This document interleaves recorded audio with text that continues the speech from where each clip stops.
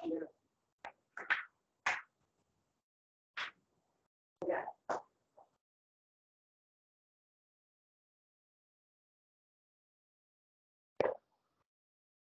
you can. Terima kasih Ketua kelas yang sudah melakukan perekaman. Akta dan Sieni, silakan.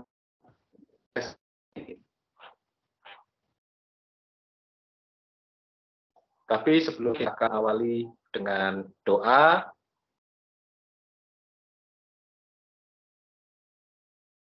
ya,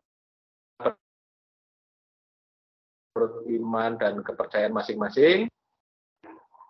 Oke, berdoa dipersilahkan. Ya, silakan Akta dan Sieni melakukan share screen. Saya Pak, izin share screen ya Pak? Iya.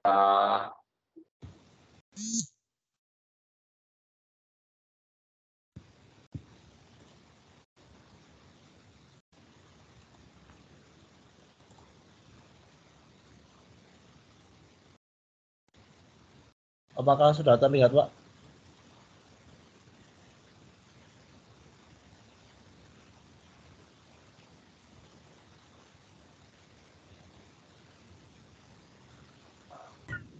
Sudah. Oke, thank you. Jadi saya mulai ya Pak ya.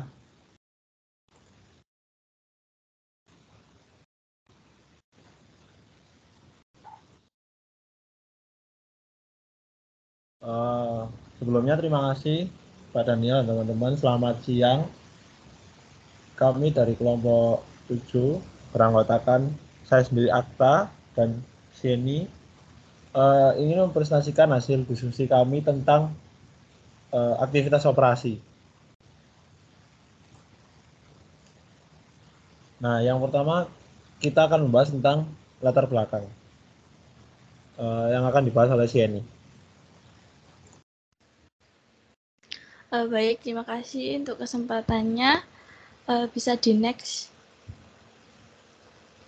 Ya, kalau sudah melakukan share screen, silahkan memulai perkuliahan.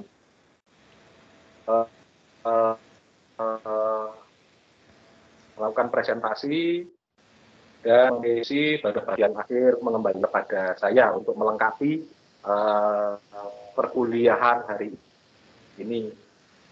Akan pada kelompok untuk melakukan presentasi. Baik, Pak. Baik, yang pertama yaitu mengenai latar belakang.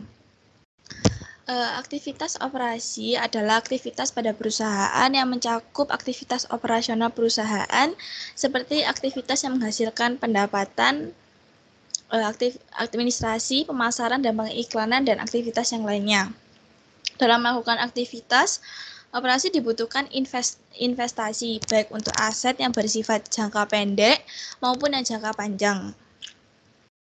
Jadi di aktivitas operasi ini terdapat rasio aktivitas yang menggambarkan hubungan antara tingkat operasi perusahaan dengan aset yang dibutuhkan untuk menunjang kegiatan operasi perusahaan tersebut. Lalu, rasio operasi itu digunakan untuk memprediksi modal yang dibutuhkan perusahaan. Misalnya, untuk meningkatkan penjualan akan membutuhkan tambahan aset. Dalam laporan akhir, rasio aktivitas itu biasanya digunakan yaitu perputaran kas dan total perputaran kas.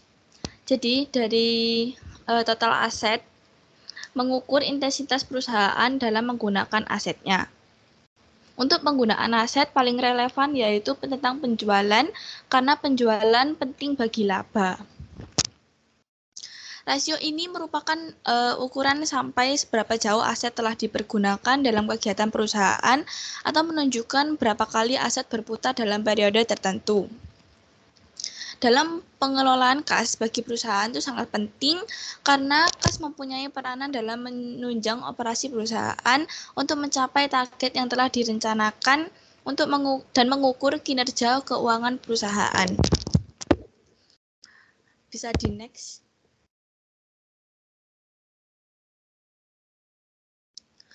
Nah, Aktivitas operasi ini memiliki peran yang sangat penting, yaitu untuk mempertahankan kinerja dari suatu perusahaan, sehingga diperlukan untuk menganalisis aktivitas operasi agar bisa mengetahui apakah perusahaan laba atau rugi. Karena dikatakan penting, maka aktivitas operasi ini memiliki beberapa komponen yang harus diperhatikan dalam proses analisisnya. Next.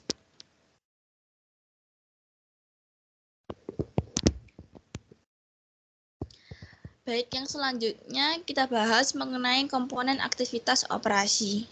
Next.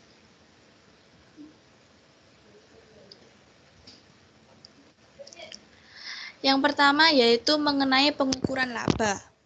Nah, di pengukuran laba ini terdapat dua macam. Yang pertama yaitu mengenai konsep laba pengulangan.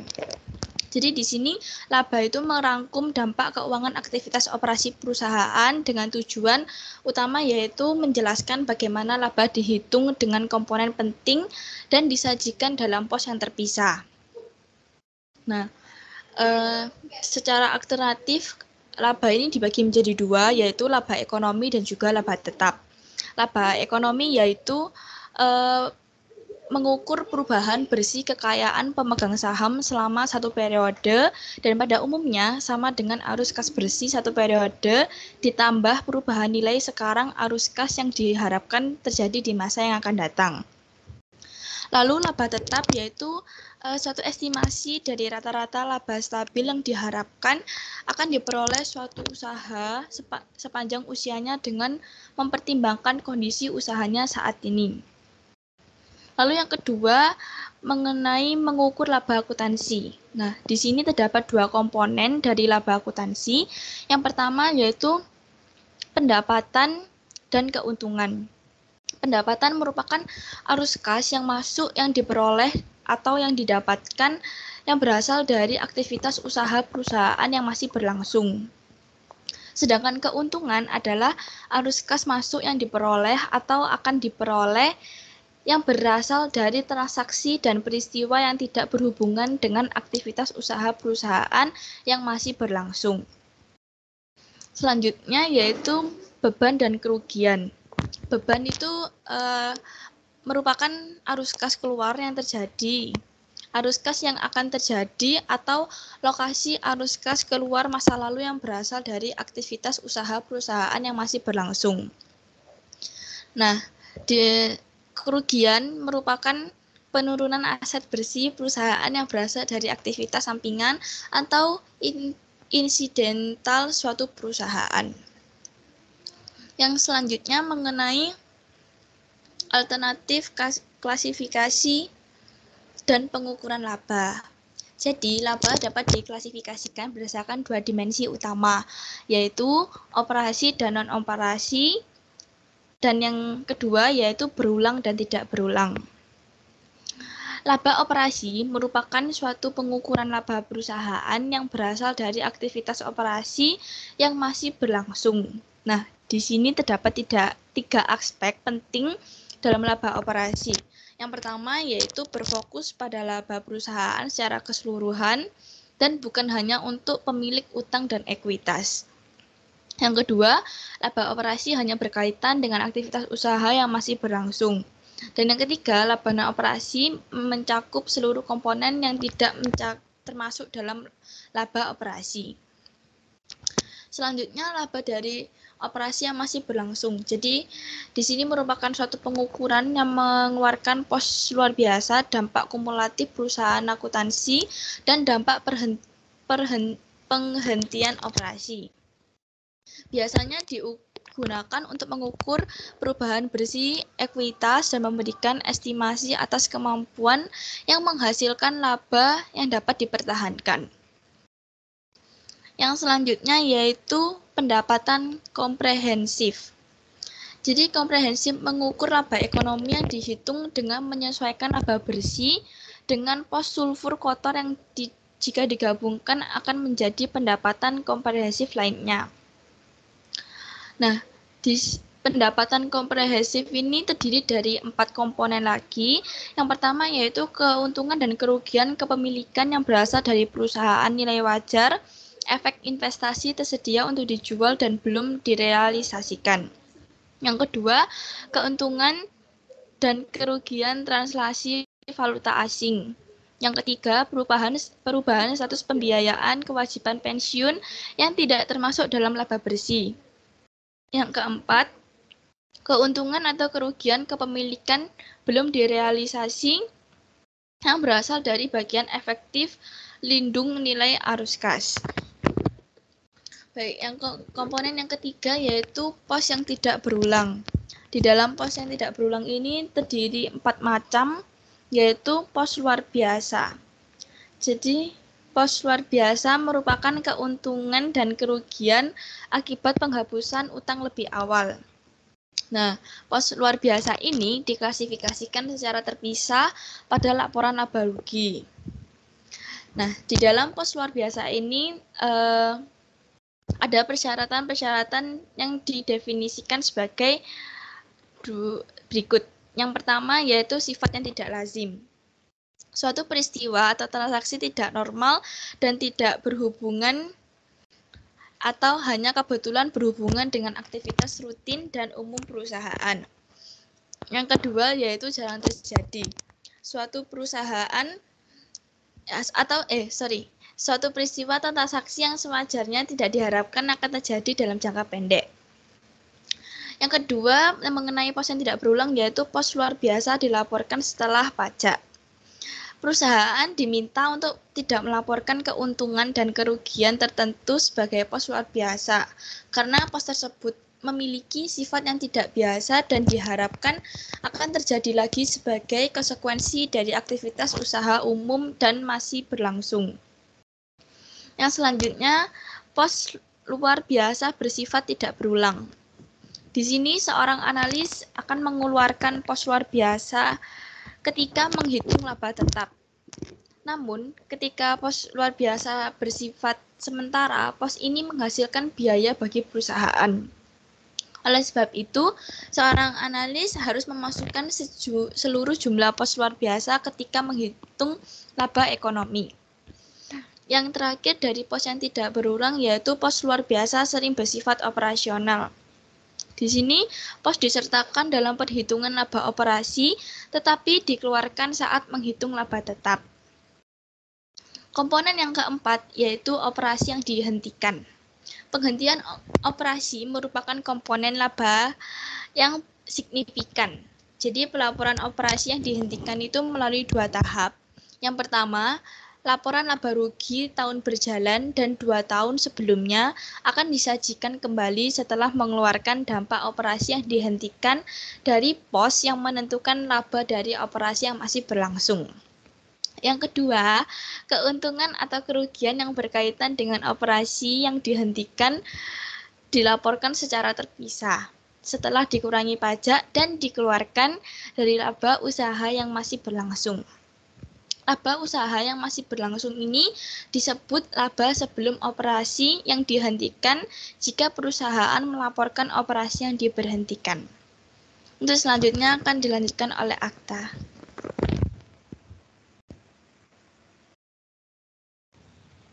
Selanjutnya, komponen selanjutnya yaitu perubahan akuntansi. Nah, dalam perubahan akuntansi ini terdapat 4 jenis perubahan akuntansi. Yang pertama, perubahan prinsip akuntansi. Jadi, menurut standar akuntansi yang berlaku, ketika terjadi perubahan, laba periode berjalan dihitung menggunakan prinsip yang baru.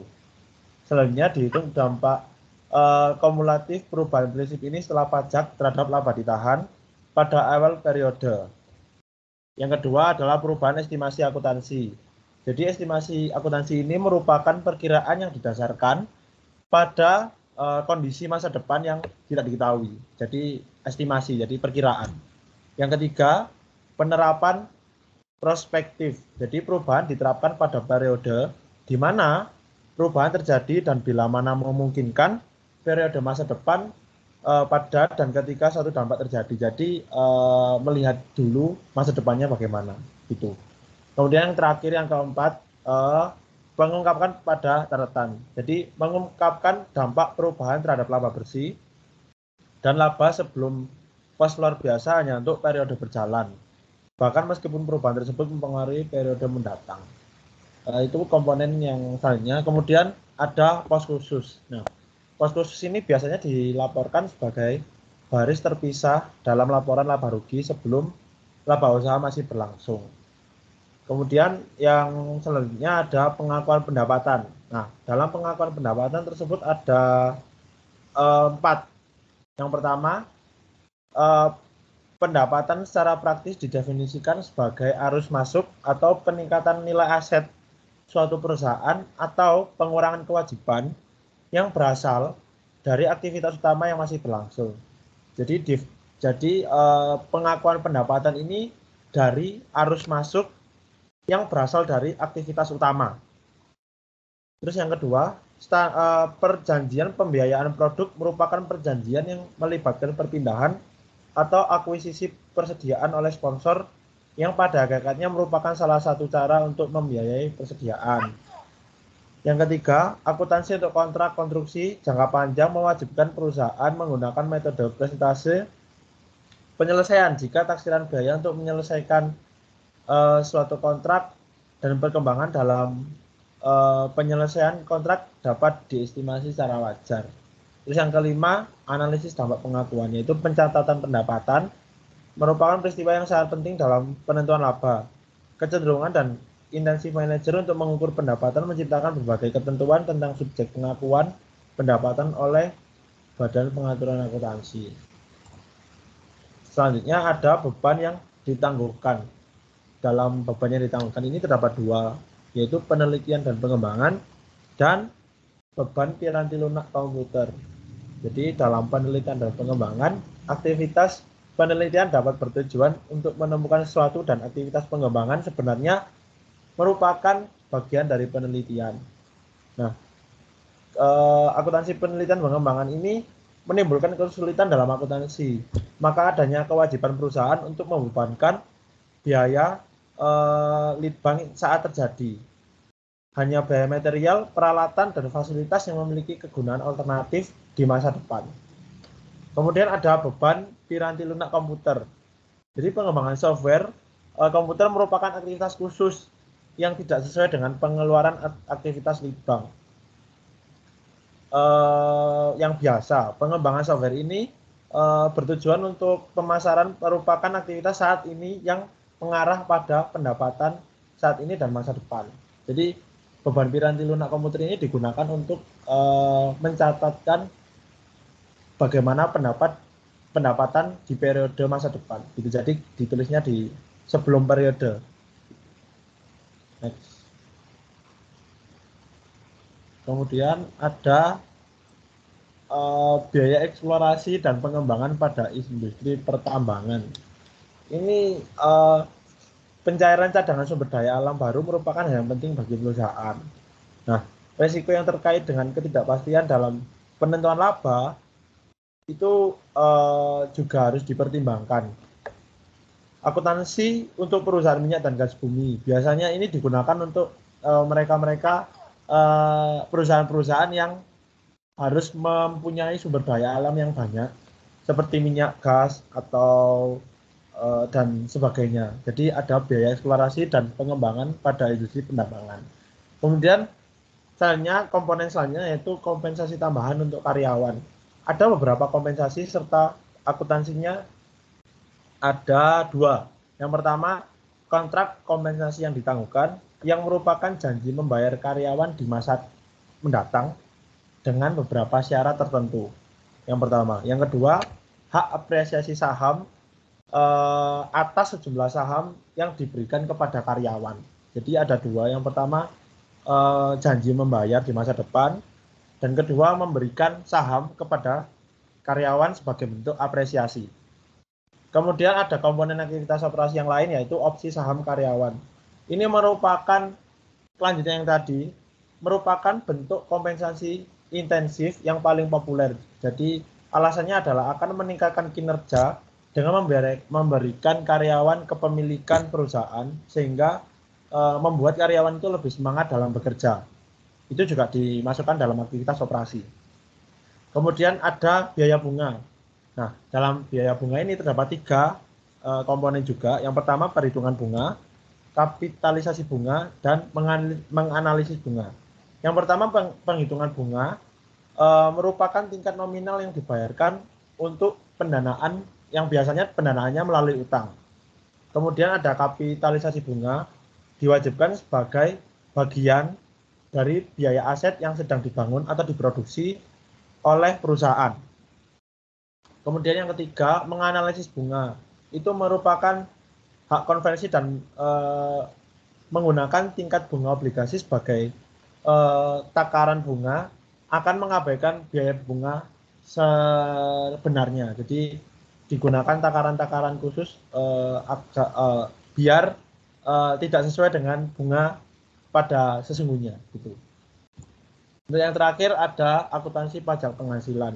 Nah, laba yang dilaporkan dalam laporan keuangan sangat jauh berbeda dari laba kena pajak, yang merupakan laba yang digunakan untuk menghitung kewajiban pajak menurut peraturan pajak.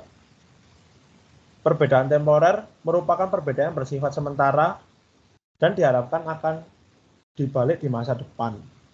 Perbedaan tetap merupakan perbedaan yang bersifat tetap. Perbedaan ini terjadi karena peraturan pajak GAAP memiliki perbedaan yang fundamental dalam memperlakukan pos-pos tertentu. Nah, aktivitas yang termasuk ke dalam aktivitas operasi. Nah, itu apa saja? Yang ada 5. Yang pertama, aktivitas yang menghasilkan pendapatan. Nah, ini biasanya termasuk kepada perusahaan bisnis ataupun barang ataupun jasa. Jadi, aktivitas yang menghasilkan pendapatan yang dapat mencakup penjualan produk atau pelayanan. Yang kedua, aktivitas pemasaran dan periklanan. Jenis aktivitas ini mengacu pada tindakan perusahaan terkait dengan pemasaran dan periklanan. Kemudian yang ketiga, kegiatan administrasi. Nah, kegiatan administrasi mencakup berbagai tugas yang dilakukan oleh departemen admin perusahaan seperti pembelian bahan, akuntansi, dan teknologi informasi. Seperti yang tadi dibilang sebelumnya, komponennya itu yang mengenai komputer, nah ini juga termasuk kegiatan administrasi. Kemudian yang keempat, aktivitas pemeliharaan. Jenis aktivitas ini dapat mencakup tugas pemeliharaan apapun yang dilakukan perusahaan, seperti pemeliharaan fasilitas, dan lain-lain. Yang terakhir, aktivitas layanan pelanggan. Nah, aktivitas layanan pelanggan ini dapat mencakup memesan persediaan atau berinteraksi dengan pelanggan dengan harapan melakukan penjualan. Jadi ini kami menggunakan PT Indofood sebagai studi kasus kami. Nah, sebelumnya studi kasus ini kami menggunakan PT Indofood. Nah, PT Indofood ini merupakan perusahaan yang utamanya bergerak dalam industri pengolahan makanan. Mungkin teman-teman dan Pak Dan juga sudah tahu PT Indofood itu bergerak di bidang mana, makanan. Jadi mie sedap itu salah satu contoh produk dari PT Indofood. Indomie. Next. Nah, ini yang kami cari, yang diperlukan untuk kami menganalisis dari aktivitas operasinya, yaitu total penjualan, investasi, arus kas operasi, kewajiban lancar, liabilitas, dan dividen kas. Jadi ini kami ambil dari laporan keuangan pada tahun 2019, 2020, dan 2021. Nah, setelah kami mengambil data dari laporan keuangan, kami menganalisis dengan menggunakan 4 rumus rasio. Yang pertama ada rasio ROI, rasio AKO, rasio TH, dan rasio CHKL. Rasio ROI adalah return on investment. Jadi rasio yang digunakan untuk menilai laba investasi dari PT Indofood. Kemudian untuk rasio AKO itu kemampuan perusahaan untuk melunasi semua hutang hanya menggunakan arus kas operasi saja. Kemudian rasio TH adalah rasio untuk mengukur kemampuan perusahaan melunasi semua hutangnya dengan aktivitas operasinya itu berapa lama. Kemudian rasio CKHL yang terakhir itu bagaimana kemampuan perusahaan itu, bagaimana perusahaan bisa menutup semua kewajiban lancarnya. Seperti itu. Nah, ini studi analisis tadi, analisis beberapa rumus yang kami hitung. Yang pertama ada analisis ROI. Berdasarkan data yang ada, hasil menunjukkan bahwa rasio ROI PT Indofood naik dari angka 2,778 pada tahun 2019 hingga menjadi 3,125 pada tahun 2020. Dari data tersebut dapat disimpulkan bahwa laba pada investasi pada PT Indofood naik tiap tahunnya. Jadi semakin besar rasio ROI, maka semakin banyak laba dari perusahaan tersebut dari investasinya. Kemudian ada analisis rasio AKO. Nah, berdasarkan tabel di atas, rasio AKO PT Indofood turun dari angka 0,541 pada tahun 2019 menjadi 0,364 pada tahun 2021. Hal ini menunjukkan bahwa PT Indofood tidak bisa melunasi semua hutangnya hanya menggunakan arus kas operasi saja. Jadi semakin rendah nilai AKO, maka semakin tidak mampu perusahaan untuk melunasi hutangnya hanya dengan menggunakan arus kas operasi saja. Jadi harus ada arus kas yang lain seperti pendanaan dan investasi. Kemudian ada analisis rasio TH. Jadi berdasarkan perhitungan di atas, hasil menunjukkan bahwa rasio TH PT Indofood turun dari angka 0,318 pada tahun 2019 menjadi 0,158 pada tahun 2021. Hal ini dapat disimpulkan bahwa jangka waktu PT Indofood untuk melunasi semua hutangnya dengan arus kas aktivitas operasi semakin lama. Jadi semakin rendah rasio TH, maka semakin lama perusahaan itu bisa melunasi hutangnya dengan aktivitas operasi. Kemudian yang terakhir, analisis CHKL. Menurut tabel perhitungan di atas, nilai rasio CHKL PT Indofood turun dari angka 0,271 pada tahun 2019 menjadi 0,114 pada tahun 2021. Data tersebut menunjukkan bahwa PT Indofood memiliki kemampuan yang rendah untuk bisa menutupi kewajiban lancarnya. Jadi semakin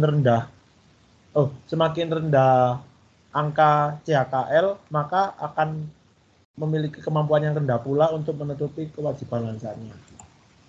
Selanjutnya akan dilanjutkan oleh Sieni.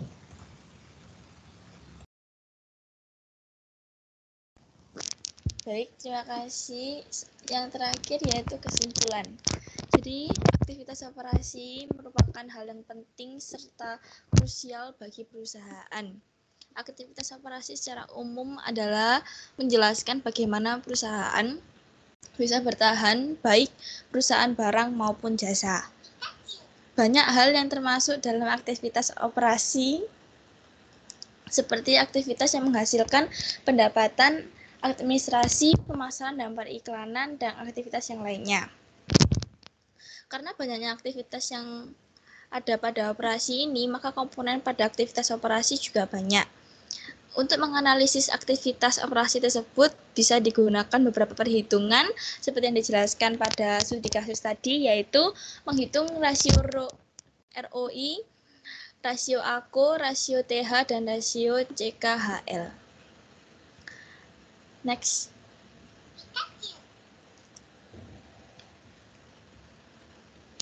Sekian dari kelompok kami. Mungkin ada yang mau bertanya.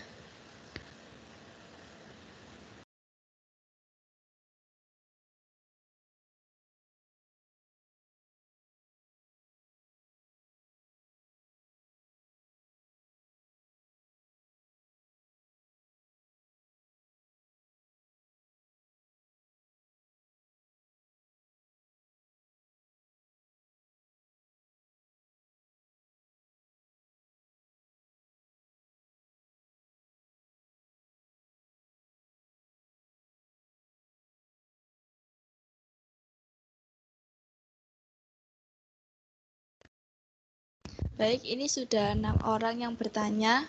Kami membuka 3 sesi dengan 1 sesi sebanyak 2 orang. Yang pertama dipersilahkan Stephen Roy untuk menyampaikan pertanyaannya. Ya, terima kasih atas kesempatannya. Saya Steven Ronaldo Buntoro dengan NIM 1220115 mau bertanya. Apa peran aktivitas operasi untuk perusahaan?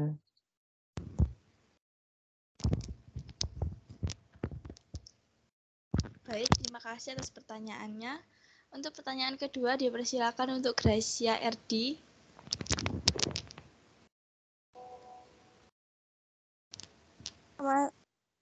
Terima kasih atas kesempatannya. Saya Gracia RD dengan NIM 122010003. Pertanyaan saya, bisa jelasin nggak apa aja komponen utama dari arus kas aktivitas operasi? Thank you. Baik, terima kasih atas pertanyaannya. Sebentar kami akan berdiskusi terlebih dahulu.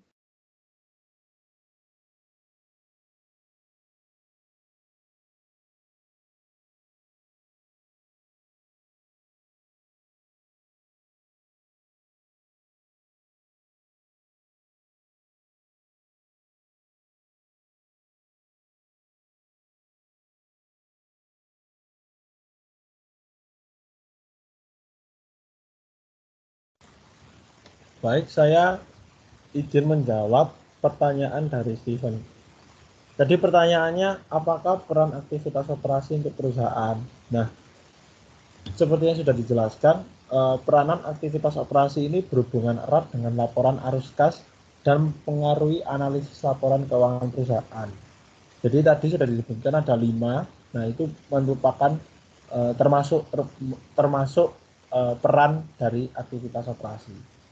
Jadi memiliki hubungan erat terhadap laporan keuangan yang akan dilaporkan untuk sebagai pertanggungjawaban. Gitu. Apakah sudah menjawab, Steven? Ya, sudah. Terima kasih. Baik, saya Sieni izin menjawab pertanyaan dari Gracia. Tadi pertanyaannya yaitu jelaskan apa saja komponen utama arus kas aktivitas operasi.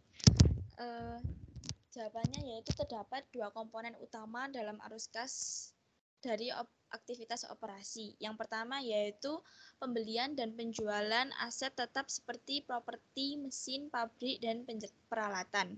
Yang kedua yaitu pembelian dan penjualan efek utang dan ekuitas perusahaan lain seperti akuisisi. Apakah sudah menjawab?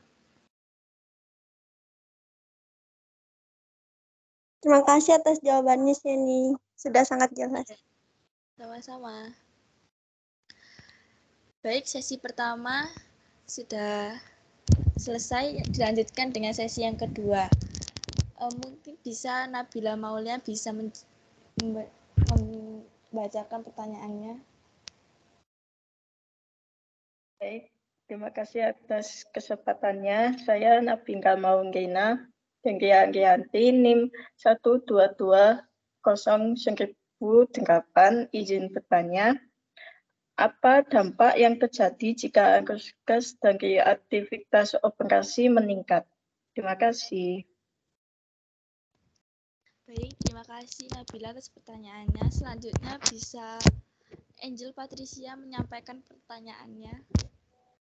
Baik, terima kasih atas kesempatannya. Saya Angel, NIM 1220121 ingin bertanya, mengapa aktivitas operasi penting dilakukan dalam menganalisis aktivitas bisnis dalam sebuah perusahaan? Terima kasih. Baik, terima kasih Angel.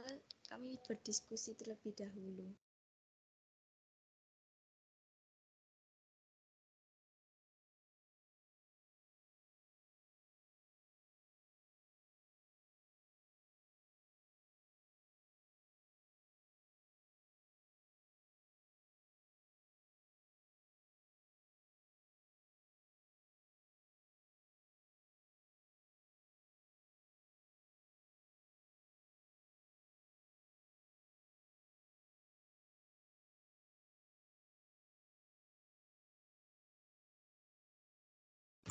Izin menjawab dari pertanyaan Nabila, apa dampak yang terjadi jika arus kas dari aktivitas operasi meningkat?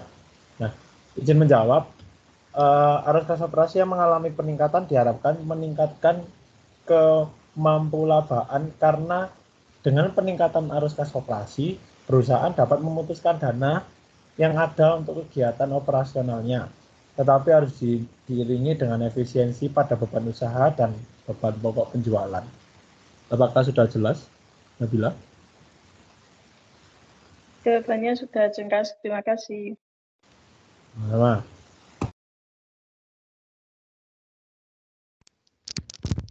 Baik, saya izin menjawab pertanyaan dari Angel.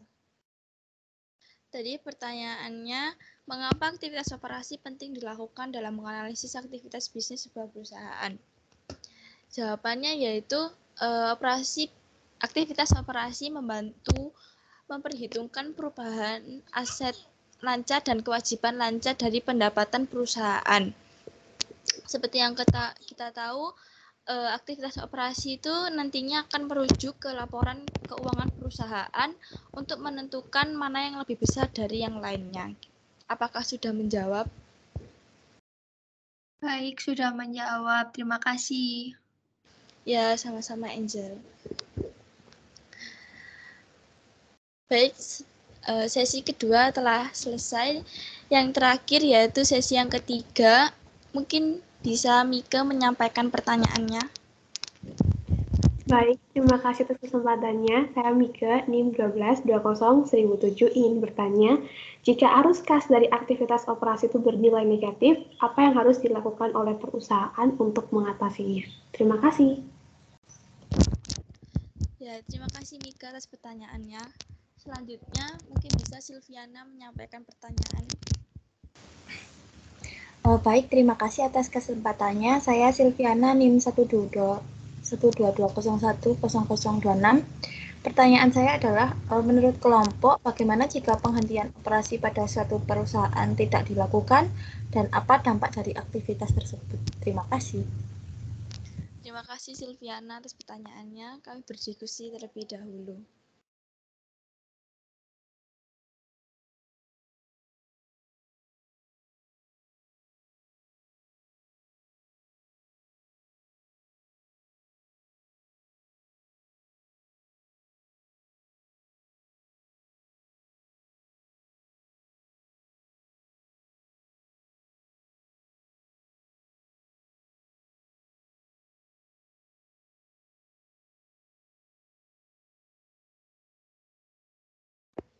Baik, saya izin menjawab pertanyaan dari Mika.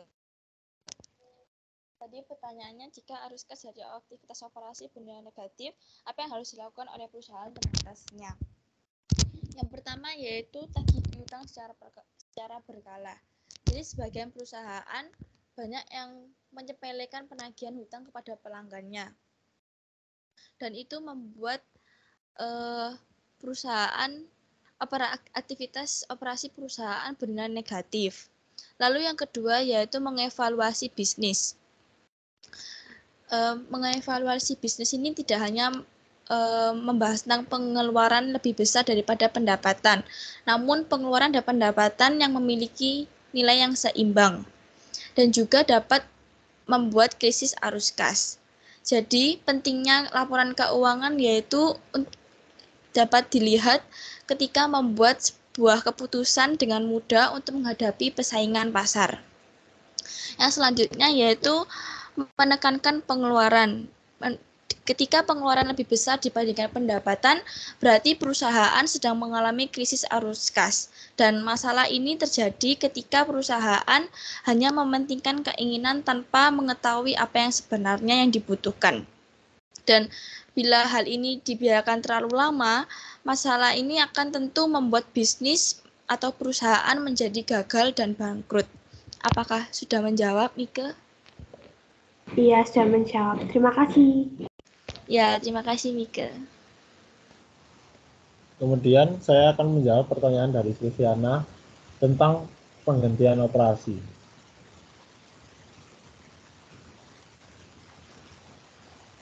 Nah, dari beberapa sumber, jika tidak ada penghentian operasi, maka laba yang disajikan itu tidak sepenuhnya bersih. Karena penghentian operasi ini dilakukan untuk membuat pelaporan keuangan yang lebih rinci, juga memudahkan untuk mengidentifikasi laba. Penghentian operasi ini dilakukan pada saat perusahaan ingin melaporkan laporan keuangan. Seperti itu. Apakah sudah menjawab?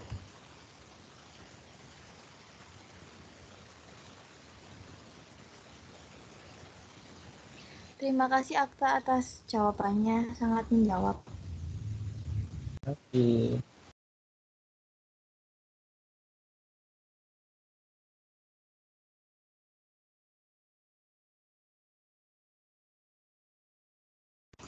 Baik, terima kasih atas teman-teman yang sudah bertanya. Sesi pertanyaan kami tutup. Yang selanjutnya akan kami serahkan kepada Pak Daniel. Terima kasih teman-teman atas perhatiannya. Mohon maaf bila ada salah perkataan dan salah jawaban. Terima kasih.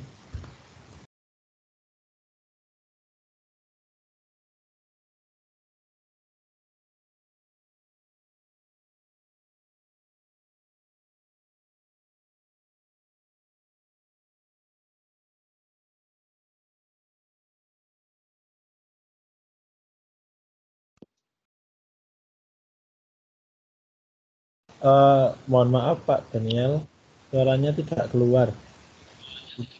Iya, kalau pakai headset nggak keluar. Sekarang malah bisa ya? Iya, bisa. Sudah bisa sekarang? Oke. Ya, terima kasih untuk penyaji, untuk Akta dan Shieni yang sudah mengantarkan kita kepada pembelajaran tentang aktivitas operasional ya. Setelah kemarin kan aktivitas pendanaan atau ekuitas. Nah, di aktivitas operasi ini seperti tadi sudah dijelaskan oleh kelompok bahwa ternyata ada beberapa hal yang perlu kita ketahui lebih detail gitu ya. Utamanya bahwa kemudian aktivitas operasi ini sebenarnya terkait erat dengan laporan laba rugi. Karena apa? Semua operasional itu tercermin di laporan laba rugi. Ya khususnya di laba ya. Kalau rugi ya berarti seperti yang ditanyakan oleh yang terakhir tadi oleh siapa ini ya di catatan saya, oleh Silviana, bahwa kemudian kalau ternyata rugi itu arus kasnya negatif. Nah, itu apa yang terjadi dampaknya bagi perusahaan? Tentu saja itu yang kemudian dihindari, karena kalau kemudian merugi tentu saja ya seperti yang minggu kemarin saya ceritakan bahwa kemudian rugi itu tidak masalah ya, karena itu hal yang lumrah dalam aktivitas operasional. Tapi kalau kemudian ruginya itu berkepanjangan, dalam artian itu dia sampai terjadi di beberapa saat atau berulang dalam beberapa tahun, maka yang terancam itu pasti yang pertama adalah likuiditas dan solvabilitasnya. Nah, kalau likuiditas dan solvabilitas itu terancam, maka perusahaan bisa saja dalam kondisi finansial distress ya. Kalau finansial distress artinya kemampuan membayar kewajiban jangka pendek, jangka panjang, bahkan kewajiban kepada karyawannya kesulitan, maka yang terakhir tentu saja akan berhadapan dengan risiko pailit ya. Nah, itu yang jadi permasalahan kalau kemudian perusahaan dalam kondisi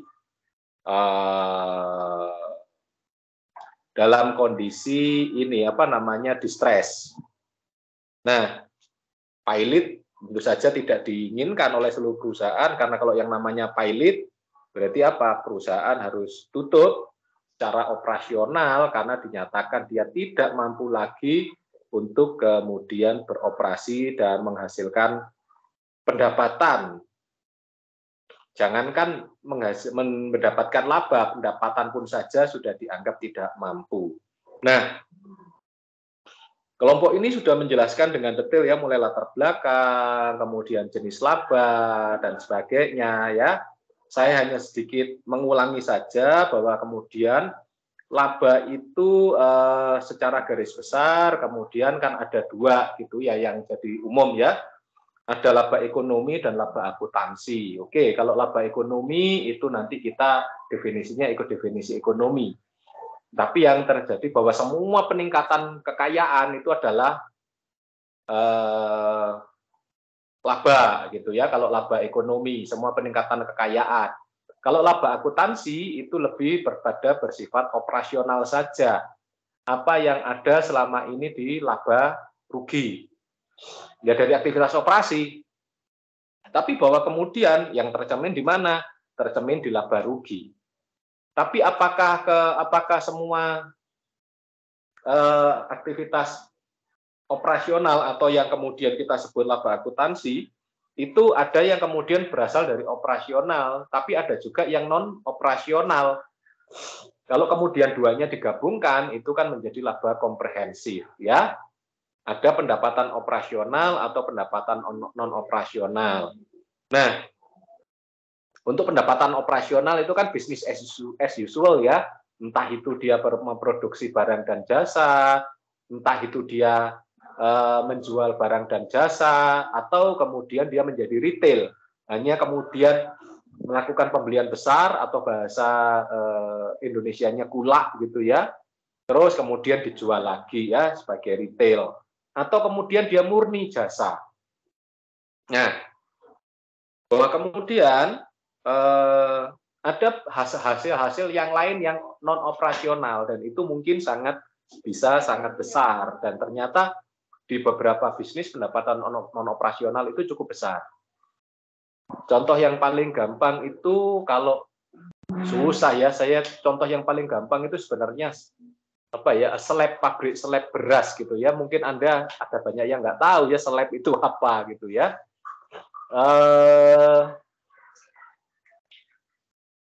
Ada yang tahu nggak kira-kira seleb itu apa? Atau banyak yang nggak tahu di sini? Kalau saya cerita seleb kan jadi susah gitu ya. Sini tahu seleb itu apa, pabrik seleb? Izin menjawab Pak. Yang saya tahu Ya. itu seperti dari proses pengelolaan dari padi menuju beras gitu. Ya, dari bulir padi menjadi beras. Nah, seleb itu ya ini mungkin Siani tahu ya, tapi mungkin yang yang kemudian mungkin dari daerah Kalimantan lebih mengenalnya di siomil. Nah, siomil itu kan ini gergaji untuk pembelahan kayu ya, gergaji kayu ya. Mungkin Siani dari sini aja ya, dari daerah Jawa Timur sini atau anak Malang, jangan-jangan gitu ya, tahu gitu seleb. Dari mana Siani? Dari Banyuwangi, Pak. Oh, Banyuwangi masih banyak pabrik seleb di sana. Ya, yang banyak pertaniannya pabrik seleb. Sama seperti siomil ya, penggergajian kayu itu. Yang dari Kalimantan mungkin lebih banyak siomil. Jadi begini ceritanya. Itu kan jasa gitu ya, pabrik jasa dari ada yang kemudian bukan hanya jasa, dia kemudian membeli ini padi, kemudian diolah menjadi beras ya, diseleb namanya, diseleb itu diolah jadi beras. Nah, ternyata itu kan per kilonya hanya berapa gitu kan harganya, katakanlah selebnya, penyelepannya ya, kalau dia jasa, kalau dia sendiri memberi dalam jumlah besar terus menjualnya lagi kan tidak terlalu besar. Nah, ternyata penghasilan yang lebih besar dari seleb itu apa? Selain kemudian jasa selebnya, penghasilan yang lainnya. Ya ini pernah tahu nggak pabrik seleb? Atau jangan-jangan punya pabrik seleb? Iya, pernah tahu. Nah, hasil selain selebnya, hasil selain padinya apa lagi? Menghasilkan apa lagi pabrik seleb itu kira-kira? Apa? Bungkusnya. Menghasilkan beras. apa? Pak, apa sih namanya? Gabah, apa ya? Kok gabah itu bahan untuk diseleb. Gabah itu padi yang kering itu. Kurang tahu ya, Pak. Itu kan kemudian bisa jadi 3 gitu ya. Jadi yang namanya kulit yang luarnya, kulit kasarnya itu jadi yang namanya sekam.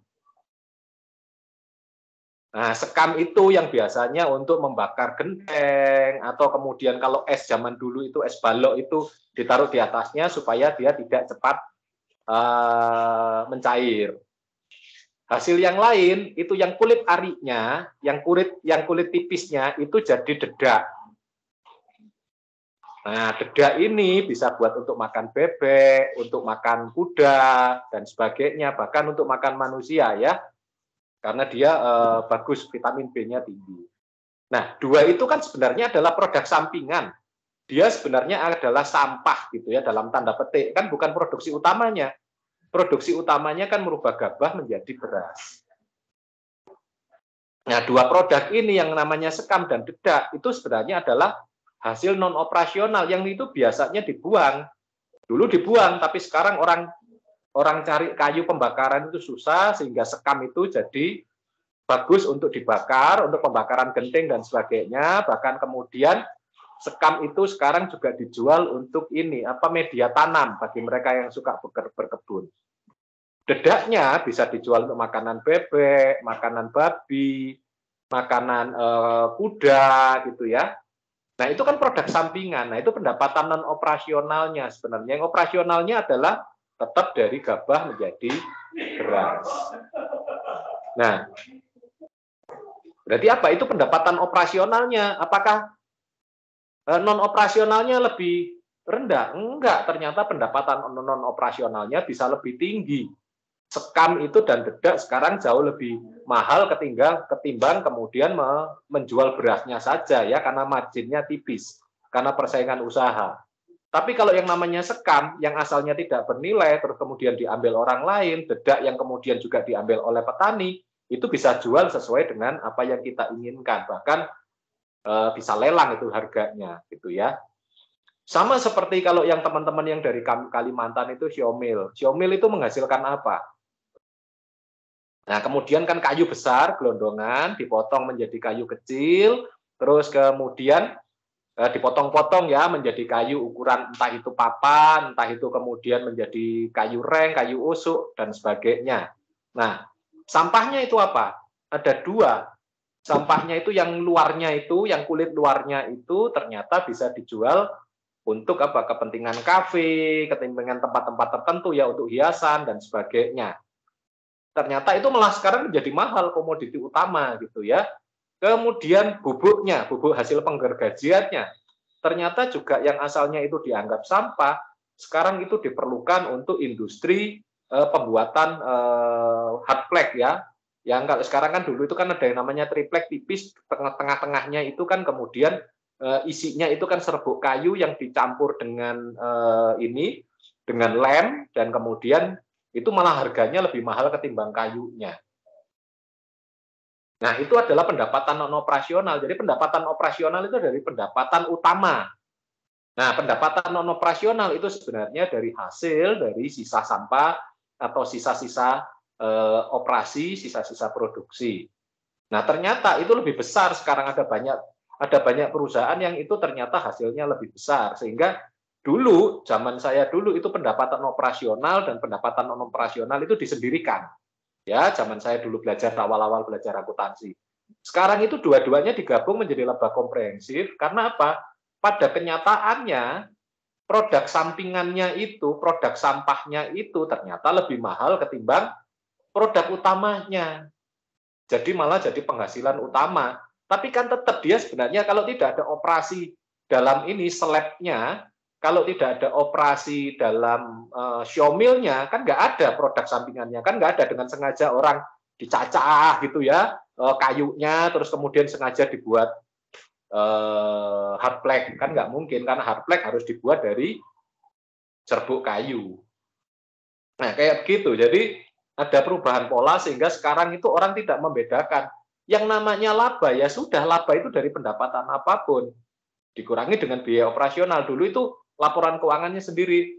Jadi pendapatan operasi dikurangi biaya dan beban operasi, kemudian menjadi laba operasi. Ditambah dengan pendapatan non operasional, dikurangi dengan biaya dan beban non operasional, laba non operasional baru dijumlah semuanya. Sekarang enggak, semuanya komprehensif, jadi dimasukkan laba operasional non operasional dikurangi biaya dan beban baik operasi maupun non operasi, labanya disebut laba komprehensif. Arahnya sudah ke sana, perkembangannya sudah berbeda jauh gitu ya.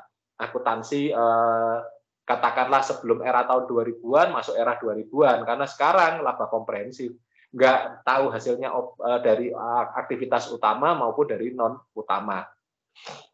Nah, itu yang kemudian itu disebut dengan apa? Ternyata itu ada non operasional yang berulang. Contohnya, bank itu kan hasil utamanya adalah dari simpan pinjam, ya, dari simpanan nasabah itu jadi kemudian yang namanya ada ini ya, dia memberi jasa pendapatan bunga bagi atau biaya bunga bagi bank. Terus kemudian dia menjual pinjamannya kepada pihak lain, ya, kepada masyarakat. Itu dia kemudian mendapatkan bunga pinjaman yang itu pasti ada spread-nya. Pasti lebih tinggi pinjamannya ketimbang simpanannya. Hasilnya kan dari situ. Dari spread antara pendapatan bunga dikurangi dengan biaya bunga. Tapi apakah sekarang bank itu dapatnya utamanya dari itu? Karena apa? Bank semuanya simpan pinjam. Ada banyak. Saya kebetulan ini saya di koperasi simpan pinjam. Aktivitas saya lagi membantu pekerjaan di sana gitu ya. Kebetulan jadi pengawas gitu ya. Apakah itu menjadi penghasilan utama bagi bank? Kalau kami di koperasi simpan pinjam mau nggak mau tetap itu yang jadi andalan.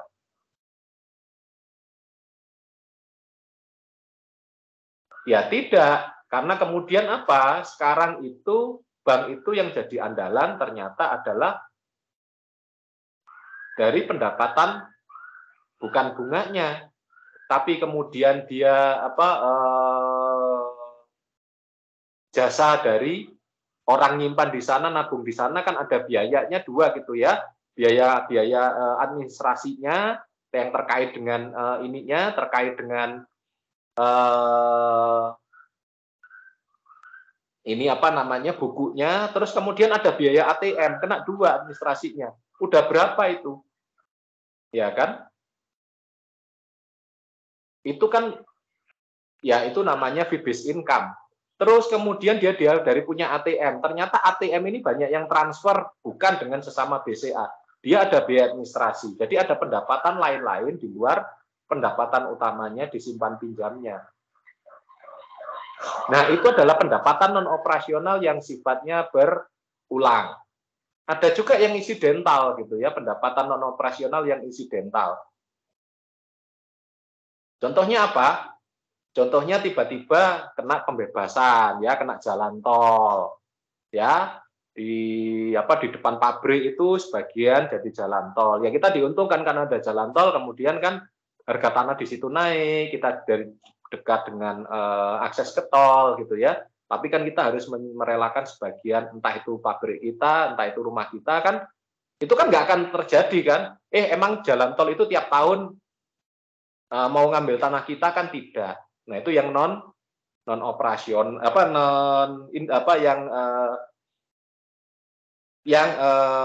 non operasional yang sifatnya insidental. Nah, kayak itu kan jadi pendapatan bagi kita kan, tapi labanya kan hanya ya itu menjadi pendapatan yang sesaat aja, tapi kan gede banget gitu ya, ganti untung itu ya. Nah, itu yang juga sudah dijelaskan oleh kelompok dengan baik. Saya hanya memberikan ilustrasi-ilustrasi kayak apa sih contohnya pendapatan yang berulang, pendapatan yang insidental dan sebagainya. Nah, kemudian ini tadi masih di ranahnya si Shieni ya. Kemudian akta tadi lebih banyak, kemudian ternyata aktivitas operasional khususnya di laba akuntansi itu ada yang mempengaruhi. Tidak hanya sekedar operasional as usual. Ternyata kalau ada perubahan di sini kan kemudian ada perubahan metode akuntansi. Nah, perubahan metode akuntansi itu akan menjadi berpengaruh juga kepada berapa biaya dan beban serta pengakuan pendapatan. Nah, kenapa metode pengakuan pendapatan ada caranya sendiri, sedangkan kemudian metode akuntansi yang terkait dengan harga pokok produksi, salah satunya perubahan dari metode katakanlah perhitungan untuk persediaan berubah dari LIFO ke average. atau kemudian dari FIFO ke average, atau sebaliknya dari average ke FIFO, pasti akan berpengaruh terhadap harga pokok produksi. Kemudian perubahan metode penyusutan dari straight line ke double declining atau yang lain, metode yang lain pasti akan merubah struktur bebannya. Struktur biaya dan bebannya akan berubah. Mau nggak mau, ya akan berpengaruh kan, karena biaya dan bebannya itu berubah. Katakanlah kalau pendapatannya tetap, di bawahnya itu metodenya berubah, pengurangnya berubah, kan hasil akhirnya berubah. Demikian pula kalau pengakuan pendapatannya yang berubah, pengakuan walaupun yang kemudian metode biaya dan bebannya tidak berubah, seperti penyusutan, seperti HPP, tapi kemudian pengakuan pendapatannya juga berubah, otomatis hasil akhirnya berubah. Atau apalagi kalau pengakuan pendapatannya berubah dan kemudian juga metode untuk biaya dan bebannya berubah, otomatis berubah semua itu labahnya. Nah, kemudian ada perubahan estimasi. Nah, ini yang sudah dijelaskan oleh akta terkait dengan masa depan ya. Ada banyak perubahan metode estimasi gitu ya. Estimasi terhadap katakanlah pengakuan pendapatan tapi dengan kemudian katakanlah tangguhan atau estimasi terhadap pendapatan atau biaya dibayar di muka ya. Kalau biaya dibayar di muka, kalau pendapatan diterima di muka, itu kan ada estimasi-estimasi yang berubah. Itu berubah estimasinya pasti akan merubah juga baik itu pendapatannya maupun bebannya. Kalau kemudian prospektif, nah di sini kan prospektif itu arahnya ke masa depan. Jadi setiap perubahan metode akuntansi itu harus dibuat laporannya ke depan dengan metode baru. Tapi jangan lupa bahwa kemudian juga harus retrospektif. Metode yang baru ini ditarik sampai ke awal tahun dari penerapan metode yang ada. Katakanlah perubahan metodenya itu di akhir bulan Maret. Maka wajib meneruskan dengan metode yang lama. Ya. Metode yang lama kita teruskan sampai ke depan, prospektif. Yang baru dari Maret ke depan, tapi tidak hanya itu, yang metode baru ini juga harus diretrospektif. Jadi dari bulan Maret sampai ke Januari dibuatkan dengan pembuatan baru. Jadi akhirnya apa? Sepanjang tahun itu dia buat dua metode, metode yang lama, metode yang baru. Dan kemudian, ya,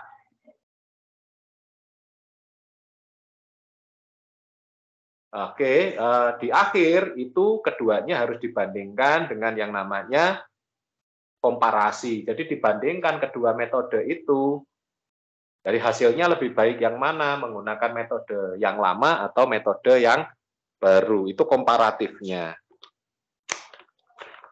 Oke, sampai di sini ada yang ditanyakan?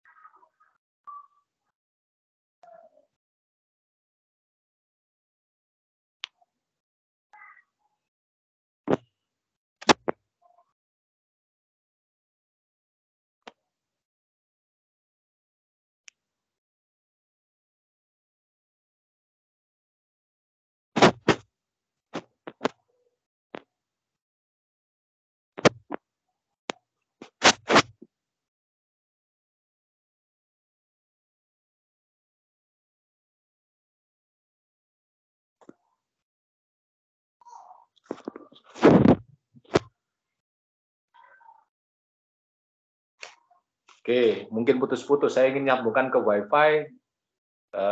WiFi yang lantai atas, saya bisa yang lantai 2 di sini ternyata beda passwordnya. Oke, selanjutnya tentu saja ada yang kemudian dijelaskan juga ada biaya-biaya tangguhan yang itu sifatnya estimasi semua, yang seperti yang disampaikan oleh akta. Ya, ada yang namanya litbang, penelitian. Bukan sulit berkembang ya, litbang itu, tapi penelitian dan pengembangan. Nah, itu relatif memang Litbang itu kan biayanya penelitian dan pengembangan itu kita keluarkan biayanya sekarang, tapi manfaatnya kan bisa 2-3 tahun lagi kan. Katakanlah Litbang untuk produk baru, membuat produk baru. Nah, itu kan tidak kita bisa nikmati pendapatannya pada tahun berjalan. Nah, bagaimana terus kemudian kita mengalokasikan biaya dan bebannya. Terus berarti kan apa? Ya sekarang jadinya biaya semua dong. Ya enggak gitu ya. Tapi ada mekanismenya bahwa kemudian biaya-biaya penelitian dan pengembangan itu bisa dialokasikan sampai ke masa produk itu menghasilkan keuntungan. Jadi tidak semuanya dibebankan pada tahun ini. Jadi bisa dialokasikan sampai ke, katakanlah kita melakukan penelitian pengembangan, kita berharap bahwa kemudian pada tahun ketiga baru menghasilkan untung, tahun ke-10 kita melakukan penelitian pengembangan untuk produk baru lagi. Jadi itu bisa kemudian dibuatkan produk yang dari dialokasikan selama 10 tahun. Jadi dari tahun sekarang sampai kemudian 10 tahun lagi saat kemudian menghasilkan untung. Demikian pula kalau ada berubah sistem informasi akuntansi dan sistem informasi manajemen ya, backbone-nya berubah. Nah, itu kemudian harus diganti, harus dibiayainya bagaimana. Nah, seperti di tempat saya beraktivitas ini di CU Sawiran itu kan baru ganti backbone tahun kemarin. Nah, itu kan bisa saja kami sampai 10 tahun ke depan kan, itu kan bebannya berat. Kalau dialokasikan ke tahun itu kan terlalu besar. Sehingga itu bisa kita amortisasi sampai 10 tahun, katakanlah kayak begitu. Apalagi kalau kemudian eksplorasi, eksploitasi migas, ya, minyak dan gas bumi. Karena belum tentu, penelitian di sini, ternyata kandungan minyak dan gasnya tidak terlalu tinggi, pindah lagi, bisa aja. Sumur kedua, ketiga, keempat, atau sumur ke-13 baru kemudian ketemu migasnya. Akhirnya nanti seperti Lapindo. Lapindo itu kan sumur ke-13 yang kemudian meledak. Terus ada kompensasi untuk karyawan. Salah satunya itu adalah selain merit, ya kenikmatan yang diberikan kepada karyawan. Katakanlah ya setelah 10 tahun kerja bisa mendapatkan kesempatan sekolah, kelamaan ya. Saya sudah lebih dari 10 tahun di Majung juga nggak dapat kesempatan sekolah. Dapat kesempatan sih saya aja yang kemudian menunda karena ada kepentingan yang lain. Katakanlah setelah 5 tahun bisa sekolah didanai oleh lembaga, kayak begitu. Itu katakanlah setelah 5 tahun, separuh-separuh, setelah 10 tahun disekolahkan oleh kampus 100% dibiayai oleh ini yayasan gitu ya. Mengharap sih, ngarep aja ya. Siapa tahu setelah saya di Majung 17 tahun itu disekolahkan dengan dibiayai oleh kampus ya. Ternyata tetap suruh cari beasiswa sendiri. Oke. Nah, kemudian ada yang ini yang namanya ESO ya. Jadi saham untuk karyawan. Jadi karyawan punya kesempatan untuk membeli saham atau kemudian diberi hadiah berupa saham. Yang kita lihat itu contohnya itu Gojek ya. Gojek itu kan ininya drivernya itu kan yang lama-lama yang setia itu kan dapat saham untuk sahamnya Goto. Ya. Itu artinya dia kemudian diikat rasa memilikinya semakin tinggi. Nah, itu yang kita tahu itu ya kalau di Gojek sama Goto ya. Kalau kami di CU pastikan kemudian karyawannya itu adalah anggota, bahwa kemudian anggota itu adalah pemegang saham, jadi tidak perlu ada ESO ya di koperasi atau apalagi koperasinya adalah koperasi sejenis CU gitu ya seperti kami. Ya seluruh pengurus pengawasnya itu adalah anggota dari anggota, bahwa kemudian manajemennya itu pasti anggota, jadi pasti kami juga pegang saham gitu ya, pegang saham dari koperasi tersebut. Maka ya itulah gitu ya, itu nikmatnya kalau ikut koperasi ya, kami jadi pemiliknya. Nah, ini anak-anak yang dari katakanlah dari Kosayu pasti tahu ya, karena mereka pernah paling tidak entah kalau itu 3 tahun selama SMA, kalau dari SMP berarti 6 tahun, kalau dia dari SD berarti 12 tahun, itu pernah menjadi anggotanya CU Kosayu. kakak tertua gitu ya. Oke. Terus kemudian ada biaya bunga ya, ada perhitungan kapitalisasi, tadi sudah dijelaskan dengan bagus oleh akta. Terus kemudian ada PBH. Nah, ini PBH yang perlu saya jelaskan bahwa kemudian di pajak itu kita tahu ternyata laporan fiskal, laporan finansial, laporan keuangan yang kita buat dengan kemudian laporan fiskal, laporan pajak itu pasti ada bedanya. Satu itu ada fixed difference atau beda tetap, yang itu karena beda peraturan itu jadi tidak boleh disesuaikan. Contohnya apa? Contohnya bahwa kemudian di pajak itu tidak boleh menggunakan LIFO. Nah, kita pasti tidak boleh menggunakan LIFO ya, menggunakan FIFO atau average. Yang lain lagi sumbangan itu tidak boleh menjadi pengurang pajak. Jadi mau Anda nyumbang apapun ya, mau nyumbang gereja, mau nyumbang masjid, mau nyumbang tempat ibadah, sebesar apapun, sebaik apapun Anda sebagai pengusaha, itu tidak boleh menjadi pengurang pajak. Bolehnya apa? Melalui CSR. Ya, mekanismenya beda. Ada yang kemudian beda waktu, time difference. Time difference itu beda hanya metode akuntansi dan estimasi akuntansi pada suatu saat nilainya sama. Contohnya apa? Contohnya penyusutan. Yang diperbolehkan oleh pajak itu yang sifatnya flat ya. Contohnya adalah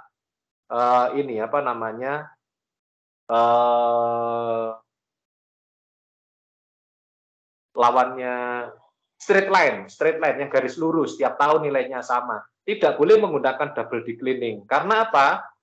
Double declining itu besar, bukan tidak boleh, tidak disarankan. Karena apa? Dia akan besar di depan, mengurang pajaknya ke depan, ke belakang-belakang jadi kecil. Takutnya depan pakai double declining, ke belakang pakai straight line. Kan artinya itu menguntungkan perusahaan, sehingga itu disarankan, tidak diperkenankan, atau bukan tidak boleh, tapi tidak disarankan oleh pajak. Tapi kan selama nanti di akhir periode, di akhir masa, aset itu kan nilainya sama-sama 0. Hanya kemudian kalau pakai straight line, itu jadinya katakanlah 20 tahun, kalau double declining mungkin 10 tahun. Makanya kemudian ada batasan-batasan. Untuk katakanlah aktiva tetap itu 20 tahun maksimal gitu ya, gedung, mesin itu maksimal 20 tahun. Jadi ada kategorinya, di pajak itu ada kategori aset 1, 2, 3, 4. Nah, itu tergantung umurnya. Nah, kayak itu beda waktu aja. Jadi beda waktu yang kemudian pada ujung akhirnya tetap aja 0. Itu harus direkonsiliasi. Tapi kalau yang namanya beda tetap, karena beda aturan, seperti tadi ya, kenikmatan kepada karyawan, sumbangan kepada pihak luar, itu tidak boleh menjadi pengurang pajak. Nah, kemudian ada aktivitas operasi, yang lain ada aktivitas pendapatan, pemasaran, periklakan, administrasi, pemeliharaan, dan aktivitas layanan sudah dijelaskan oleh akta dengan baik ya, termasuk contoh kasusnya. Sayang contoh kasus tadi akta ada yang keliru gitu ya, kemudian menyebutkan bahwa mie sedap itu produknya Indofood. Padahal mie sedap itu produk dari lawannya. Mie sedap itu produknya Wings Food. Itu saingannya ya. Kalau Indomie itu ya memang karena ya depan-depannya Indo pasti produknya Indofood. Bahkan ada yang banyak yang di terakhir-terakhir itu dibeli. Supermie itu bukan dia punyanya Bogasari, anak perusahaannya Indofood. Akhirnya digabung jadi perusahaannya Indofood juga ya. Supermie dan sebagainya ada banyak yang kemudian dimasukkan grup besarnya Indofood. Jadi tidak kemudian dia punya beberapa anak perusahaan tapi digabung semuanya jadi besar. Yang bisa ngelawan memang mie sedap. Nah, sekarang ada yang lain ya, mie Limonello dan sebagainya. Ya kenapa mahasiswa yang dijadikan contoh selalu kemudian mimian gitu ya? Ya karena itu makanan yang paling available dan paling mudah didapat dan paling murah ya bagi kelasnya mahasiswa, terutama mahasiswa anak kos gitu ya. Saya juga begitu dulu. Makannya mie. Mie apapun kan enak ya, kita mau makan rendang, kita mau makan soto, beli aja Indomie Sarimi gitu ya, atau mie sedap itu semua sudah ada gitu ya. Kurang banyak tinggal tambahin nasi gitu ya. Akhirnya jadi bengkak nggak karu-karuan ya. Nah, kemudian ternyata di Indofood alat untuk pengukuran untuk aktivitas operasionalnya ini menggunakan 4 ya, menggunakan ROI itu pengembalian dari investasi, return on investment, dari tinggal laba dibagi dengan berapa investasinya, berapa persen sudah kelihatan investasi akan kembali berapa ya. Terus kemudian ada AKO, bagaimana utang itu dijamin dengan aktivitas dari arus kas operasional. Jadi kemudian tinggal debt di bawahnya itu dibagi dengan arus kas operasionalnya. Atau kemudian perputaran utang atau TH yang disebutkan tadi ya. Bagaimana utang itu dibagi dengan aktivitas operasinya, berapa kemudian perputarannya berapa kali. Tentu saja dalam setahun, karena semakin besar berarti semakin sering dia berputar, semakin mampu dia membayar. Dan kemudian dengan CHKL ya, utang lancar dibagi dengan aktivitas operasi. Jadi kemudian berapa kemudian utang lancarnya itu dijamin dengan aktivitas operasi, gambaran-gambaran umum. Jadi kalau secara umum analisis rasionya itu menggunakan analisis rasio yang ada di rasio aktivitas, perputaran-perputaran, dan kemudian rasio profitabilitas ya. ROI, ROA, ROE ya, return pokoknya di depannya itu ada return itu adalah rasio kemampu labaan profitabilitas yang sudah dijawabkan oleh si Akta kepada penanya sebelumnya ya. Oke, itu yang hari ini yang bisa saya tambahkan dari apa yang sudah dijelaskan oleh kelompok ya, dari Akta dan dari Sheni. Ya, ya karena tiba-tiba handphone saya ada tanda-tanda bahwa kemudian ininya mulai baterainya mulai habis. Kebetulan kok ya materi yang saya sampaikan memang sudah saya sampaikan, saya menambahkan aja dari apa yang disampaikan oleh Akta dan Sheni. Tapi sebagai apresiasi dari saya, apa yang disampaikan oleh Akta dan Sheni sudah cukup bagus, cukup lengkap, contoh kasusnya sudah baik, ya benar gitu ya, dengan menggunakan Indofood sebagai kemudian analisis aktivitas operasionalnya. Presentasi yang menarik dan baik yang sudah disampaikan. Sayang kemudian animo yang nanya diskusi itu cuma 6 gitu ya. Saya harapkan pada kelompok katakanlah setiap ada yang maju itu minimal 10 yang nanya gitu ya, atau 12. Jadi dibaginya tidak 2-2 tapi kemudian sekali nanya itu 4, dijawab 4 gitu ya. Mungkin masih sungkan-sungkan ya sama temennya karena belum pernah bertemu secara langsung. Ya biasanya begitu diskusi saya biasanya 10, 12, bahkan kalau 30 pesertanya itu bisa 15, bisa 16 gitu kan. Enaknya di saya. Karena apa? Kan saya cuma kemudian akhirnya kan nanya panjang, kan kemudian presentasi 1 jam, diskusi 1 jam, saya kan cuma tinggal setengah jam saja gitu ya. Ya tapi kalau banyak pertanyaan itu karena berarti tandanya yang lain mengerti atau mereka curious gitu ya. Mereka jadi wondering why, bertanya kenapa. Atau jangan-jangan kalau seperti ini hanya yang tanya aja yang jelas gitu, yang lainnya blas gitu ya. Anak-anak ini tadi ngomong apa ya, Akta tadi ngomong apa ya sama Sheni gitu ya. Karena gitu kan kalau ditanya sudah jelas gitu kan pasti diem. Kalau saya yang nanya gitu beda. Bagaimana? Sudah jelas atau blas gitu ya, pasti dijawab blas Pak gitu ya. Artinya blas nggak ngerti gitu ya. Oke. Tapi saya apresiasi apa yang disampaikan sudah bagus dan semoga menjadi contoh bagi yang lain bagaimana melakukan presentasi, melakukan tanya jawab, diskusi dan sebagainya, dan bagaimana kecepatan menjawab. Yang saya suka tadi kecepatan menjawab. Jadi habis itu mikirnya kan nggak lama gitu, 2-3 menit langsung kemudian Akta atau Sheni langsung menjawab. Biasanya itu lama gitu ya, nunggu saya sampai kadang-kadang saya tinggal ke belakang gitu, saya tinggal membuat kopi, balik-balik itu belum dijawab juga gitu ya. Nah ini kan cepat gitu tadi, ini cepat itu kecepatan menjawab itu bagus juga, karena berarti penyajinya itu mengerti betul apa yang dia sajikan sehingga dia cepat merespon pertanyaan dari kawan-kawannya. Itu yang bisa saya tambahkan untuk perkuliahan hari ini. Terima kasih untuk penyaji.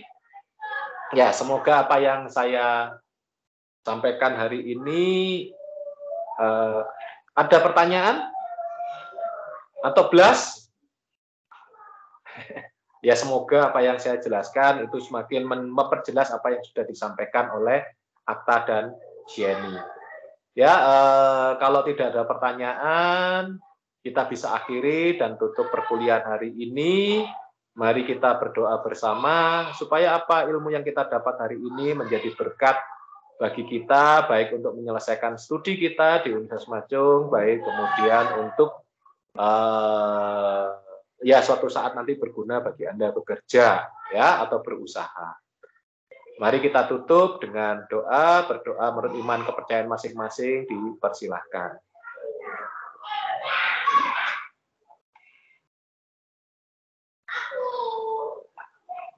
Doa cukup.